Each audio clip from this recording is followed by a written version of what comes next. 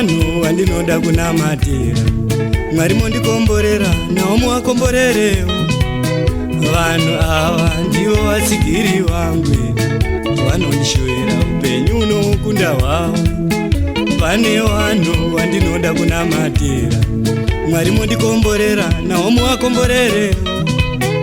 Vanhu ava ndivo vatsigiri vangu, vanondishowera upenyu unokunda hwavo. Vanofamba netsoka, asi vanoda ndifambe nemotokari.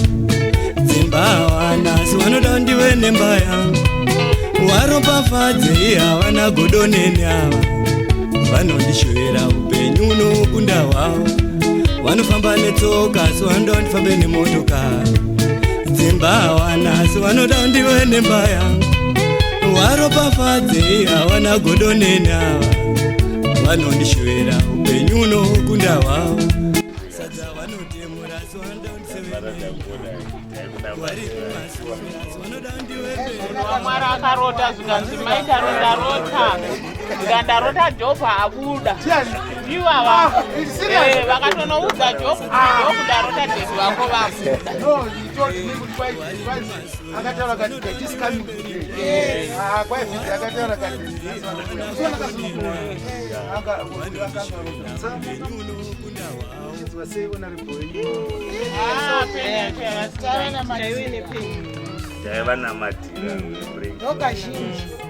Vange ndakatonyatsoya ndikati hamuvhangeri namatai nokuti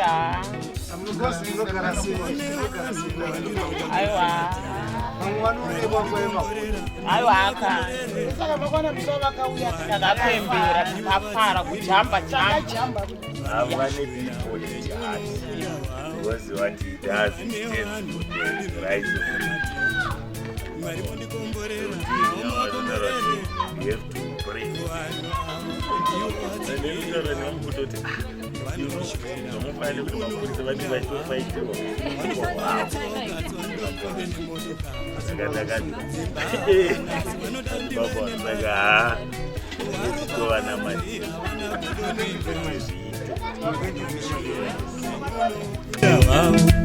Vanofamba netsoka, asi vanoda ndifambe nemotokari.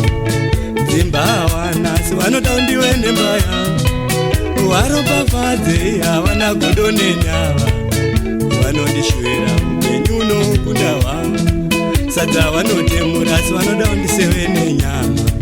Vari mumashure, asi vanoda ndive mberi kwavo. Varopafadze, havana godoneni ava. Vanondishowera upenyu unokunda hwavo. Sadza vanotemura, asi vanoda ndisevene nyama. Vari mumashure, asi vanoda ndive mberi kwavo. Varopafadze, havana godoneni ava. Vanondishowera upenyu unokunda hwavo. Welcome to The Situation Right Now, the show that brings you in-depth analysis, in-depth issues on socio, political and economic issues that are affecting Zimbabwe. The developmental show where we talk development, dialogue and integration of the people of Zimbabwe. In the last few months and weeks, Zimbabwe's opposition leaders have been under attack, as they have said, under siege, arrests, abductions, detentions. One of those is Job Scala. Those who know him as Wiwa. He joins us in studio this afternoon to discuss his recent brush with the law and that of many of his colleagues. We'll look into why the arrests, how the arrests are affecting the opposition, and we also look at the way forward, the future. What does it hold for the people of Zimbabwe? I am Blessed Mhlanga for Heart and Soul TV and Radio, and this is The Situation Right Now. Now, welcome Honorable Scala to this show. Welcome, Blessed. Yes. Now, I just want you to, first of all, focus on the issues of arrest, abductions and detentions of opposition leaders, which you are one of the victims. Can you just take us through that episode?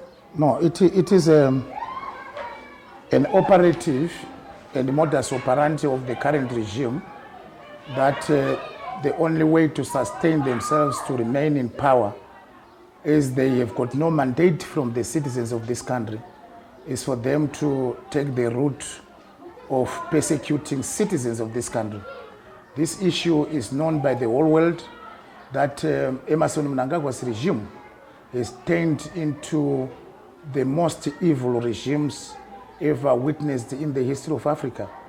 The kind of human rights abuses that have been witnessed of recent past in our country is reminiscent of ZANU-PF's rule since 1980.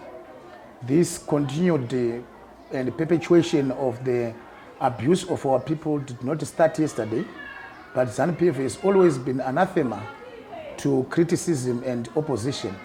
We know from 1980 to 1987, ZAPU, the main opposition party at that material time, went under siege from the current rulers of this country, where thousands of their supporters have been killed, abducted, tortured, and some of them disappeared up to present day. Their whereabouts are not known. So applies to any other opposition leaders in this country, from Gabanin Stole when he came back from exile in 1992. We all witnessed how much he was persecuted by the current regime. So was Edgar Tekere and Morgan Tsvangirai. Any opposition leader in this country who meant really change for the people of Zimbabwe suffered one way or the other from the current regime because they don't accept criticism. But since the inauguration of Emmerson Mnangagwa as the president of this country after the coup of the 17th of November 2017, Zimbabwe witnessed the escalation and the worst human rights abuses on record since time immemorial, as we have witnessed many people being abducted, many people being tortured, many people disappear, many political opponents of the regime being incarcerated and arrested and persecuted. So persecution is the operation model of the current regime. They don't want to see themselves being challenged and called to accountability by those people whom they purport they are governing. But President Emmerson Mnangagwa looks at himself as the new order, an order that accepts criticism, but instead accuses you and your political party of attention seeking and faking abductions, violating the constitutional order of this country, and then hoping to be saved by the West. The ethos of the man is that he cannot accept his own shortcomings. There is no any leader in the world or in Africa who behaves the way how Emmerson Mnangagwa is behaving. How many people have been abducted since he came to power? We all understand and know the number of many critics, including journalists, including even yourself, who have been unnecessarily persecuted and arrested by this regime. So for him to claim that the opposition political leaders are attention-seeking, he is a person who knows that in the history of the world, there is no any dictatorship that has exceeded his own rule in this country. The way how he has tried to stop the democratic voices in our country is known and is on record, and every citizen of this country and the people in the international community know that the democratic space in this country has been closed by none other than Mnangagwa. You also have to know that even before the coming on of the COVID-19 pandemic, already the opposition was not allowed to hold rallies or meetings in this country. Members of parliament were not allowed to convene meetings to give feedbacks to their own constituencies. So was the MDC was not allowed to hold public rallies. All of them were denied. If you would try to go ahead in defiance of their prohibition order, they would come hard on you. You still remember that when the MDC on the 16th of August 2019 tried to organize a peaceful demonstration in this country, notified the authorities, and also appealed even to the High Court and also to the Magistrates Court over the decision of being prohibited from exercising their constitutional rights. Emmerson Mnangagwa escalated the thwarting and throttling of the democratic space in our country. It is known he must open up to democratic space in our country. The people need to be governed by a government that should not be afraid of being questioned and to be accountable to them.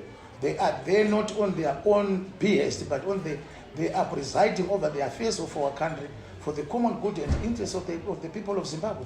So he should not be so stupid for him to say that the opposition is grandstanding, when in actual fact corruption and plunder of our national resources is on the glare of the public and everyone. And that's why even Obadiah Moyo lost his own job. It was after his confirmation that the massive corruption was done in looting the money that was intended for COVID-19 pandemic. But so you were talking about the issues of corruption, but I want us to zero in on you as a lawyer. You respect the due process of the law, and the government has been calling on people to respect the due process of the law.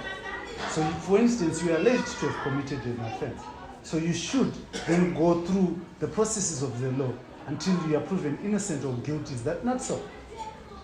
Persecution and also weaponization of the law to go after the people who are your opponents is the worst weapon we have noticed was used by dictators in Africa. Camus Bonda, since 1966, after the promulgation of the First Republican Constitution of Malawi, in terms of Section 9 of the Constitution of that country, the president would call upon the arrest of people without even charge. So the same applies to what Camus Banda was doing in Malawi is happening to Zimbabwe. The law has now been weaponized, and Emmerson Mnangagwa is also applying the tactic of using one military coercion to the people who are his opponents, lawfare for him to arrest all opponents who are opposed to him. So for you to talk about due process of the law, when the real perpetrators of corruption itself are not being arrested, it really defeats logic. Mnangagwa has weaponized the law to persecute those people who are opposed to his government. And it is a fact that is known by everyone, and some of us, we are oblivious to the fact that Mnangagwa is now using the law and courts to persecute those people who are opposed to his regime. Not that we have committed any crime. Can you tell me one statement where I have urged the people of Zimbabwe to be violent, where I have incited violence? Where did I ever say a statement telling the people of Zimbabwe to engage in violent activity? We have just been speaking about the abhorrence of corruption in our country. So for him to say that there must be due process of the law, he must stop abusing the law and also the institutions of the state to persecute those people who are opposed to his government. It is a fact that there is no crime that we have committed, and this was only an attempt for him to make sure that he gets on against his opponents. I want to go to your personal experiences while you were incarcerated. How is Chikurubi maximum prison like for you as you were in Lima? Chikurubi maximum prison, I think I have described it in various media interviews that I have been getting since I came out of prison. It's one concentration camp, not different at all, in all material respects and in terms of description, different from the Nazi concentration camps, where people are put in their thousands in a place where it only worth to be habited by very few people. Chikurubi Maximum Prison is one of the worst prisons in the world, where thousands of people are confined there and without any facilities, with no proper food, with nothing absolutely, no even clinical operations for the inmates. and the people there are surviving the lives that are worse than those of animals. Tell us what you ate. What was your diet like? In the morning, there is something which they call porridge, which is a mixture of mealie meal and some water, and so thin that a person would drink it. You don't eat the normal way you know about porridge, you drink it. And this is what they called their first meal. And then and then around 11, you are given some spinach that are mixed with water. They also mix mealie meal and water and make something which they describe as salsa, which is not salsa which we know in the real sense. It's some bodza thing that could have been brewed there, and some people are saying this is your lunch, and with spinach only mixed with water. And if you were to see the number of malnutrition and the way how frail and ailing the majority of inmates who are currently at Shukuru maximum prison, you would be surprised and shocked. Some would want to argue that prison is not a hotel where you're supposed to get 5-course meal or something of that luxury. You must go to section 50 of our constitution. You can go to section 50 of our constitution and also section 70 of the constitution. It says that detained persons have got the right to access to good food, also to welfare, and also to be given absolution facilities, and also for them to be given some places for them to exercise, and also to be in good health. There is no way where prisoners should be treated as if they have abdicated the rights that are provided for and protected in terms of the constitution. So the rights of the citizens is that they could only just have been confined in a place for them to serve their term, but they did not withdraw the rights which each and every citizen of this country must enjoy. So would you say Chikurubi is a correctional facility? It is not a correctional facility. Like what I told you, it is a concentration camp where people are dying on a daily basis, where people are sick and ailing, where people are not provided for with proper food, where abuse of inmates in prison by prison guards is so shocking and astonishing. We have witnessed the beatings for no apparent reason. Just one of the inmates was beaten on my presence by one of the prison guards who simply said, "The way you are looking at me, I don't like it. Why are you looking at me like that?" Then that person was bashed and beaten badly. But I confronted the prison guard saying, I cannot accept these human rights abuses because the people here must not be abused.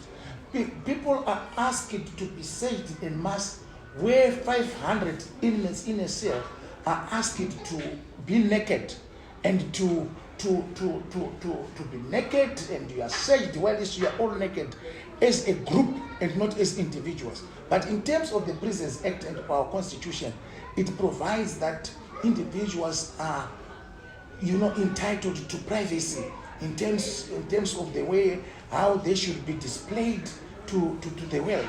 But at Shukuru maximum prison, people are asked to be naked en masse.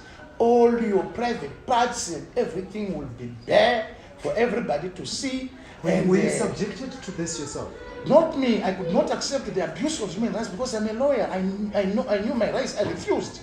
They could not have abused me that way. I could not have even tolerated it in any way.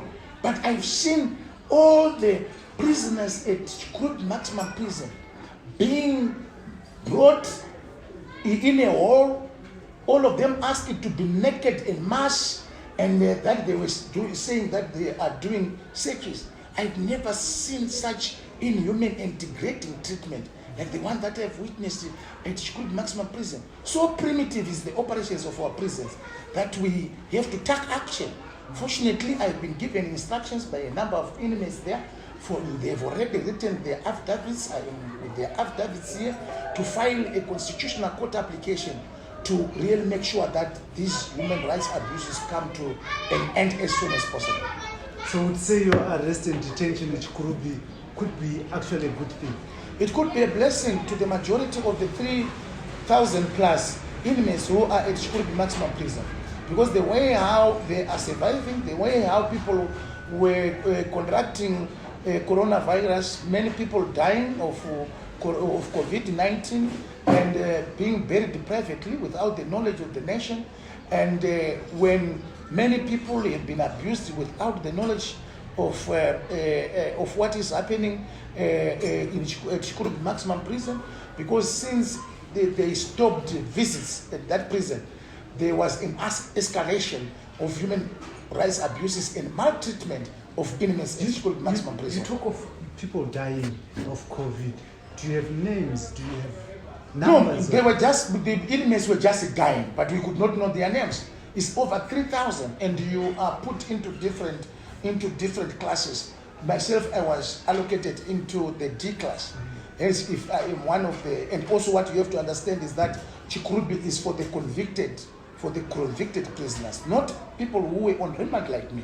It is me, Opuel Shimono, and Jacob Ngarovumwe, who had to serve a prison sentence with convicted people, with convicted prisoners at Chikurubi maximum prison. But in terms of the law, section 63 of the Prison Act is very clear that the prisoners must be kept in terms of their categories. Those females in their own prison, the unconvicted prisoners must be kept in a remand prison. But ourselves, we kept in a prison where it was where it houses only convicted prisoners. Why so?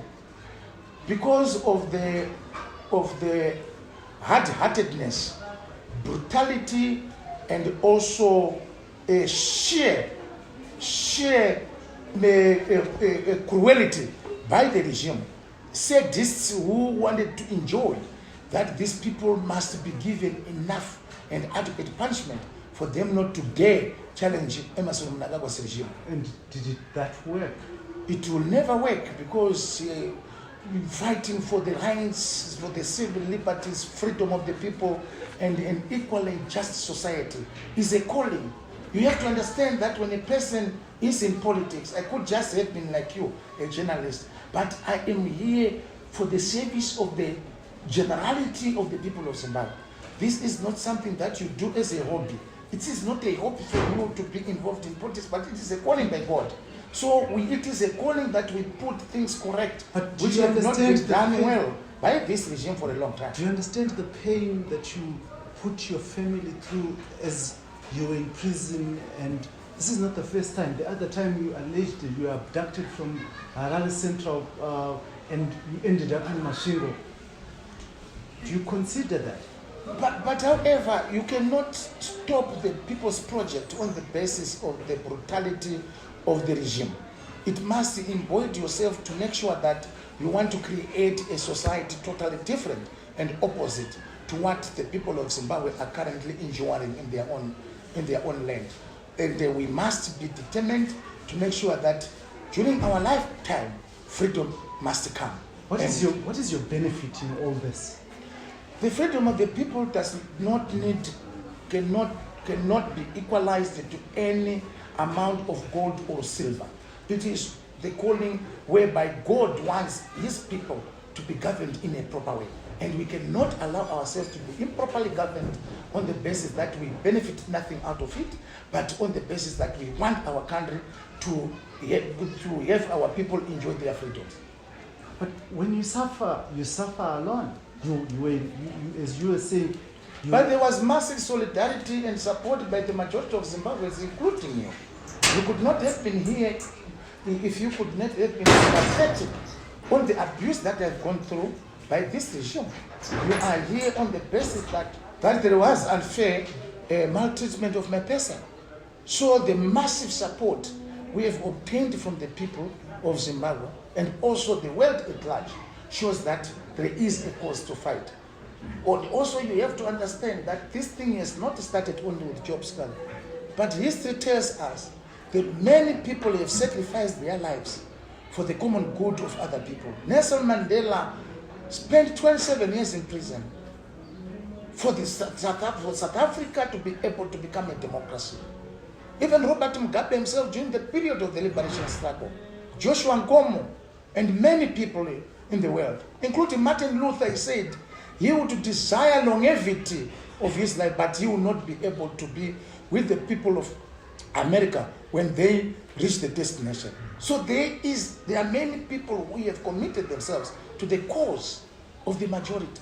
Some have said that Job Scala, Wiwa as you're called, you continue to pursue student activism where you get popularity from being arrested and from pushing the buttons of the government.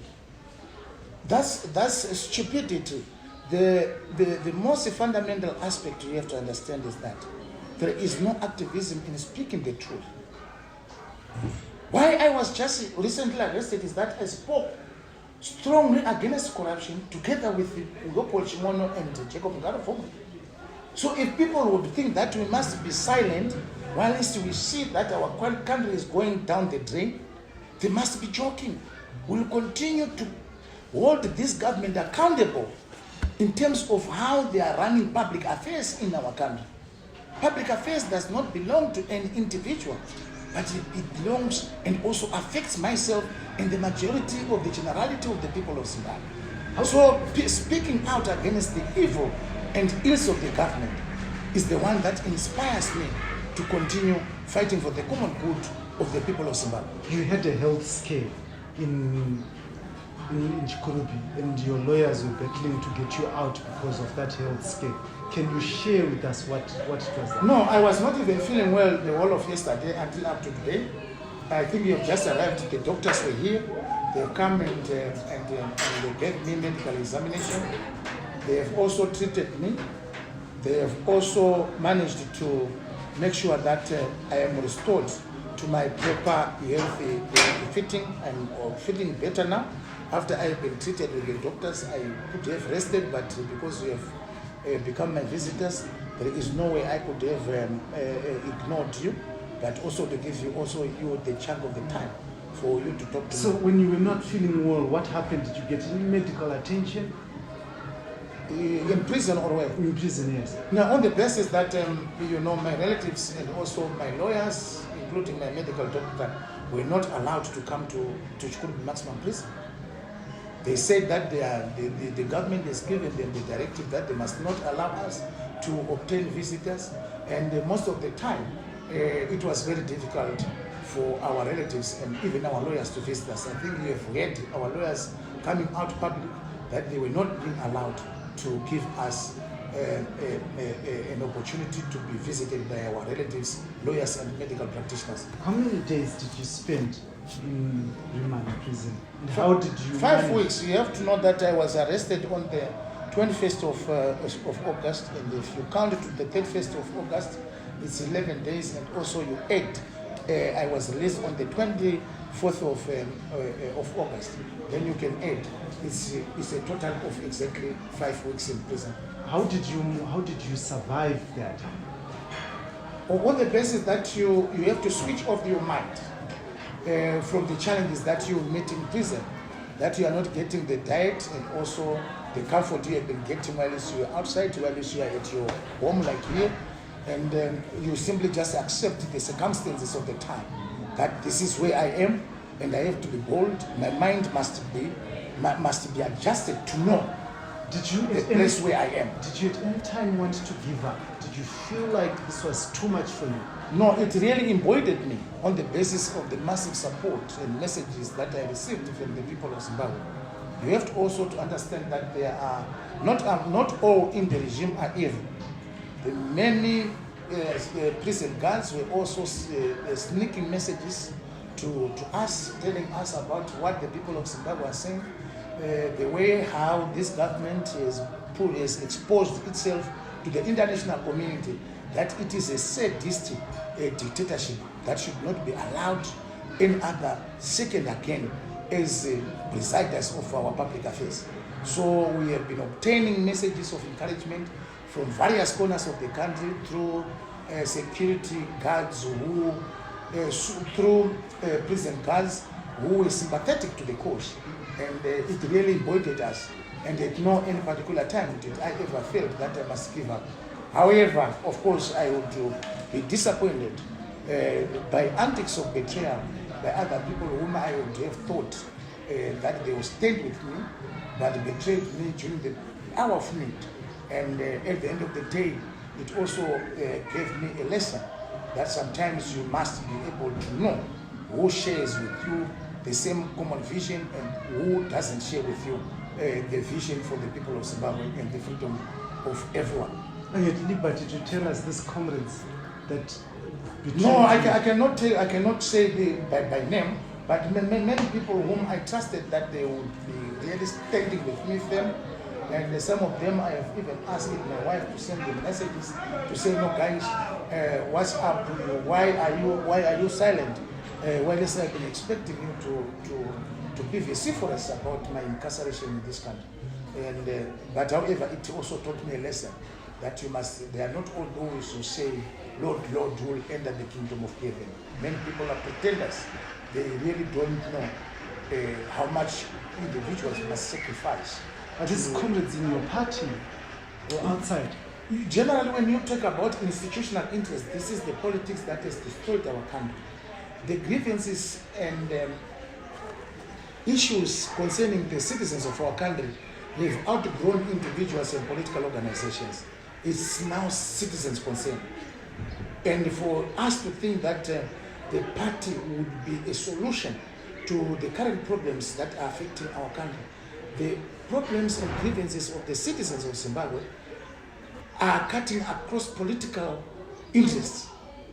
The challenges we are meeting are also cutting across all professional bodies and all other sectors of our society.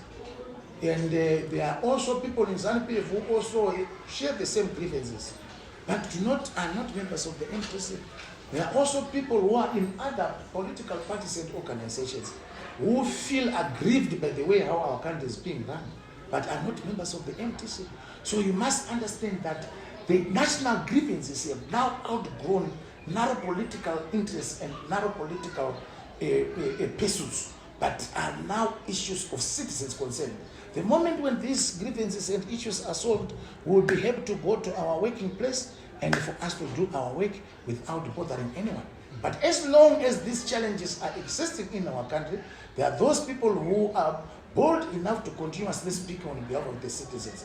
And this is the challenge that I have accepted. I will take on and never be silenced. 2023 is coming where the citizens of this country will be given an opportunity to elect a government of their choice. And while as we have been knowing all years that the manipulation of the will of the people in our country has been an exercise by those who are currently in power. It is a public secret that Emerson Mnangagwa did not win the last elections in 2018. It is clear, with all material respect, that Nelson Chamisa defeated Emerson Mnangagwa in 2018. And the facts are there that the 50.5% win margin which he gave himself has been manipulated and rigged election results. And the fact of the matter is that since 2000, ZANU-PF have been losing all elections.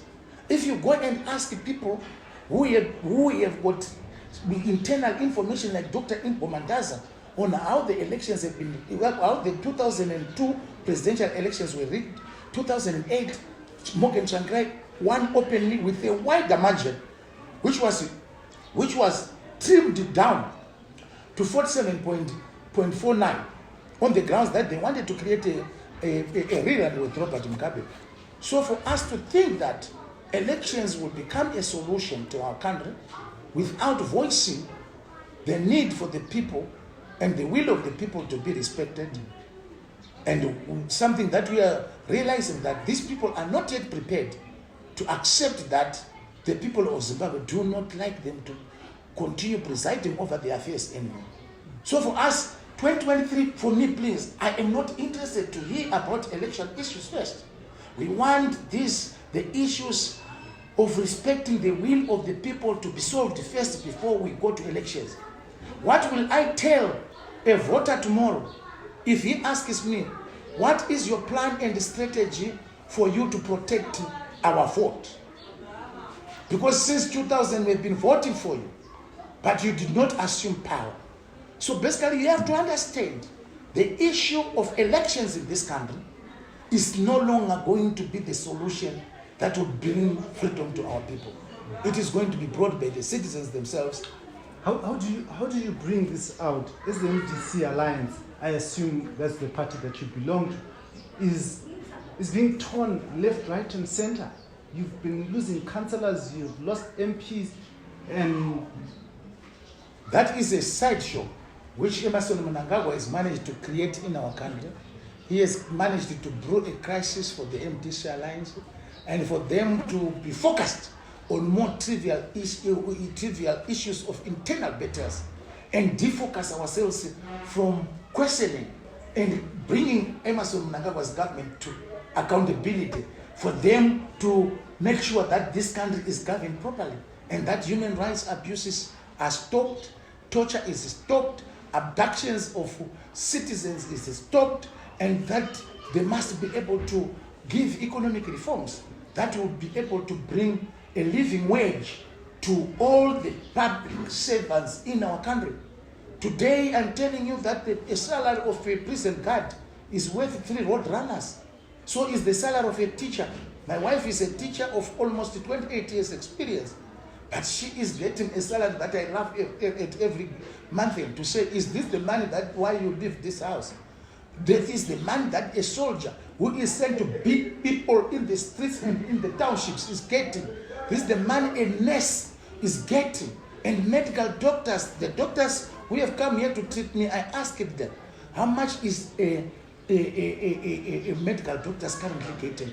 And he said, ourselves senior doctors, the government is remunerating us 15,000 RTGs. A medical doctor of 30 years experience still being paid 15,000 RTGs, almost $100. A nurse being paid around $30. And you know how much is a road runner? A road runner costs $10. And they are getting a salary worth only 3 road runners. So the boy who is looking after my home in the village is getting better than a teacher, is getting better than a prison guard, is being salaried better than a soldier. How do we find the solution then to this crisis of Zimbabwe? If you... No, the solution is very clear. That the people of Zimbabwe must be allowed to exercise their sovereignty by having people of their own choice to govern this country. And this thing will come after citizens have demanded that their vote must be protected and no one should interfere with the will of the people. When you say no one should interfere with the will of the people, what do you mean exactly? That we must be able to open our electoral process. It must be transparent. United Nations must be allowed to come and observe our elections. All other international bodies, the African Union. But the Commonwealth was there in the last elections. All people, it was opened up. And you still say... That's why the Commonwealth, after they are observing the elections, Emerson Mnangagwa had sent a battalion of soldiers into the streets to come and shoot people point blank so that he would be rigging elections. People were shot on the 1st of August after elections were held on the 31st of July. On the glare of all these international observers. So the time has come when the truth is said that we have never had a free and fair electoral process in our country. And that thing has to be stopped before any other elections to usher in a true people's government is put in place. While you were in prison, Thokozani Kube took the party name MDC Alliance. She said she will be contesting the by-election when they do come as the MDC Alliance. Now, what is your new party name? Basically, I'm not even interested in those individual persons. It's not a panacea to the problems that the people of Zimbabwe are currently facing. The problems of Zimbabwe are bigger than the internal fights of individuals in the MDC. I'm more worried about the national crisis, about the national problems. But the political party is the vehicle to bring that change. But at the end So of the you day, should- but are at you the not end- worried that you do not have now that But vehicle? at the end of the day, people are continuously being abducted on a daily basis. Tawanda Mchei, a young boy, a university student was abducted, while we are focusing on the internal fights of names of a political party. But So at Honorable Scala, at the end of the day, we are not worried about names of political parties. We can even call ourselves whatever we want at any given time. But I haven't yet been briefed by my colleagues on the way forward. As you understand that I have just been a day out of prison, I haven't yet been fully briefed about things that have been happening in my absence.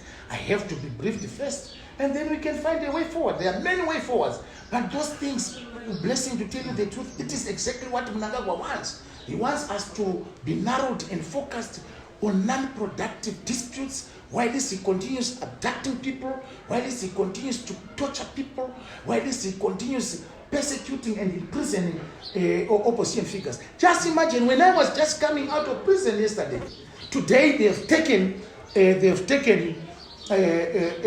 Joanna Mamombe back into prison. And the people will be fighting over the party name, but while this Joanna Mamombe is being persecuted in prison, she has lost her liberty. This is a young woman who still aspires for her to enjoy the fruits of youthhood, but cannot do that on the basis of the persecution of the state. So exactly, they want us to talk about the names of the party, while they say our own are being persecuted. And that is something that I'm not interested on. I'm interested on the liberties of our people. And if our people are continuously being persecuted, and we are being asked to talk about political party names, this one is announced that I am now MDCT, to tomorrow I am MDC Alliance, then the day after that I am MDC that and that, and for us to concentrate on that, while we lose sight of the evil of this man, on the way how he is running state of affairs, on how he is persecuting all of us. No matter whether you have a party name or not, but at the end of the day, when citizens are not given an opportunity for them to freely exercise their democratic right, it is a waste of time. Now is for us to focus on real issues, the grievances of our nation. How do we fix the issues of corruption? How do we deal with the plunder of our national resources that is taking place on a daily basis by Emerson Mnangagwa, surrogates and cohorts in his regime? These people are looting our country, and whilst we are not being oblivious to the real challenges our country is facing. but your party is also accused of looting. You have your councillors have been Those who have been looting must go to prison. Why are they not being arrested? If anybody who involves himself in corruption is caught, no matter who he is, even if that person is my own son, must go to prison. He doesn't worth living in our society. So the same applies. But your party then turns around and says it's persecution. You've released statements saying that the mayor of Harare... I've never come across that statement. Maybe it was issued while I was in prison, but I don't think that my party at any particular time will ever defend corruption. I don't think so. If it happened during my absence while I was in prison, is an unfortunate statement which I will not associate myself with. It happened while you were not in prison, when Honorable, the former mayor of Harare, whose worship Gomba, was arrested. Your party said that this was persecution. I did not say that statement, and I don't know when was he arrested? Before July 31. Before the 31st of July. Before the 31st of July. Yeah. I didn't even know about that.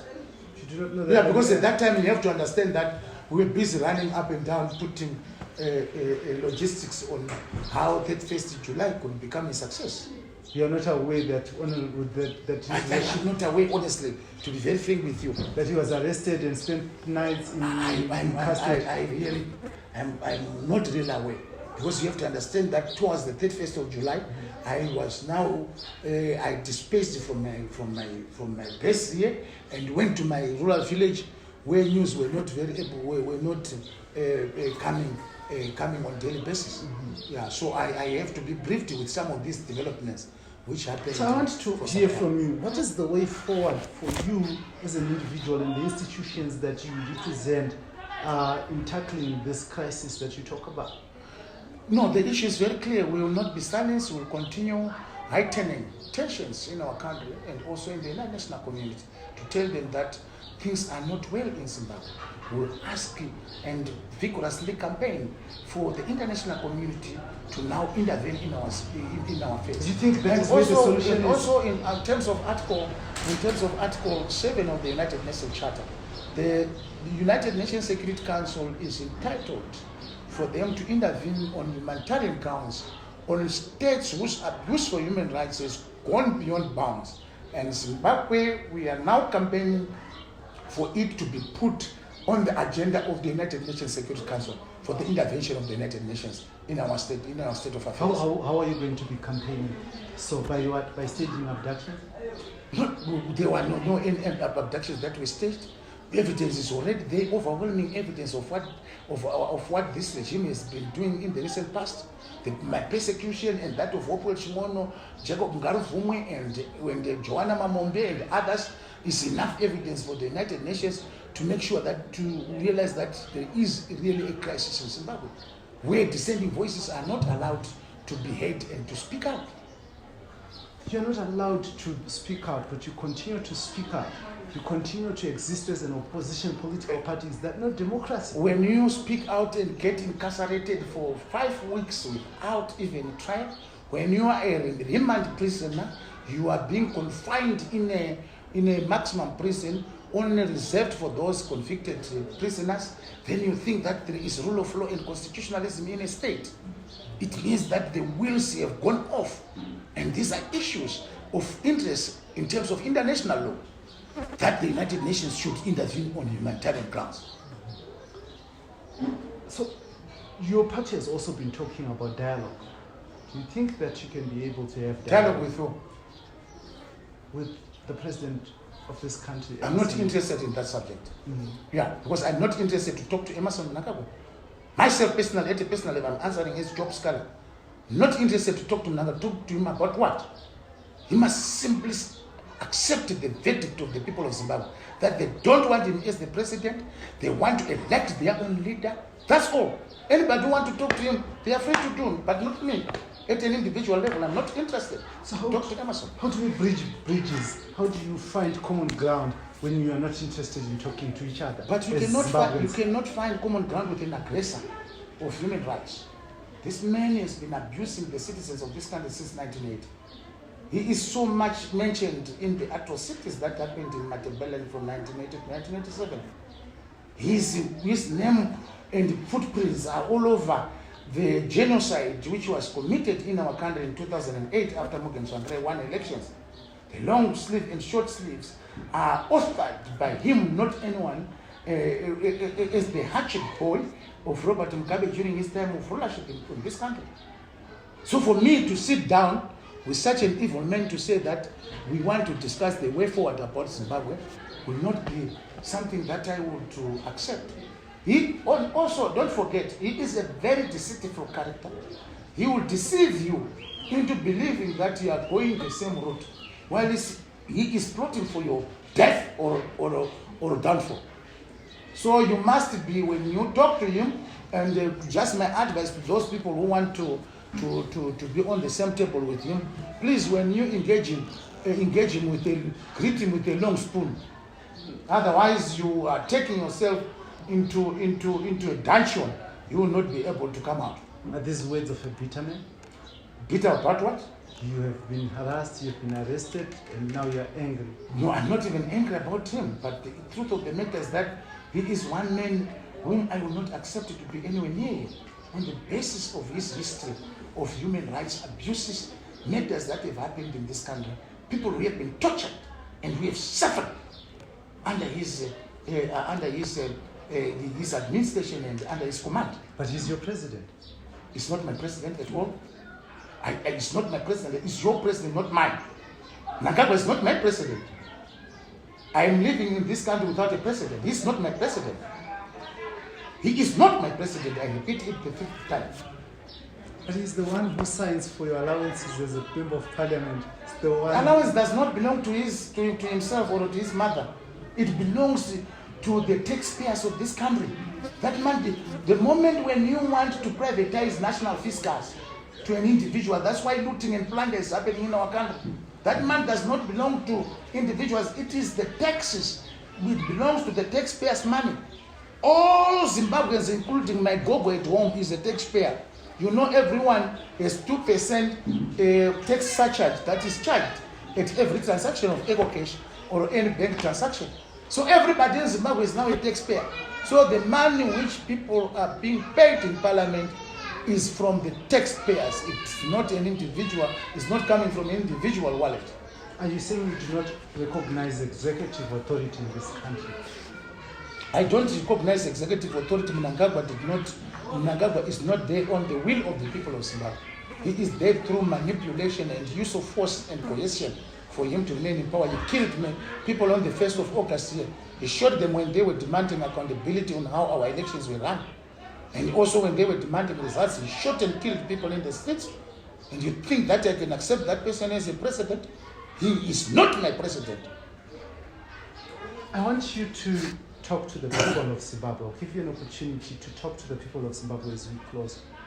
What you hope for them and what you are going to do. My promise to the people of Zimbabwe is that freedom is coming. Don't be cowed down. Be bold. Be strong. And let we as the people of Zimbabwe decide the destiny of our nation. I thank you. What are you going to do to get to that destiny? It will come. We will remain bold, consistent, and never relent on our wish to see a free society. I want to thank you very much, Honorable Job Scala, for joining us. Now, this was the situation right now with Honorable Job Scala, Member of Parliament here in St. Mary's. We were tapping into his experiences, we're tapping into his vision for the future and what he stands for. And I'm sure you've heard him loud and clear. His aspirations for the people of Zimbabwe, his determination, unshaken, unbroken. After 5 weeks in Chikurubi maximum prison, where he still has to face his day in court for over allegations of inciting public violence and also wanting to remove a constitutionally elected government, which in his own words he says it was not constitutionally elected. We wait to see. I am Blessed Mhlanga, and this is the situation right now.